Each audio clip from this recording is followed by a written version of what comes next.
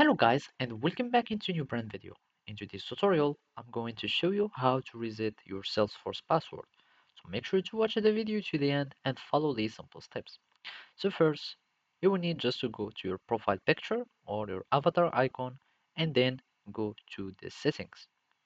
So from here, we click on settings and after that, you will need just to search for my personal information.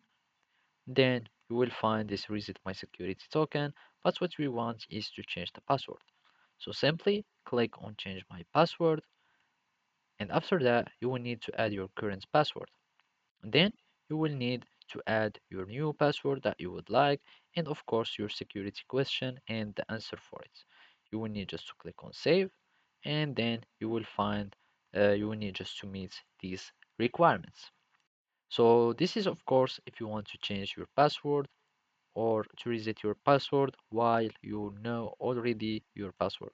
Otherwise, if you have forgotten your password, let's just log out. And basically, we need simply to click on forgot your password.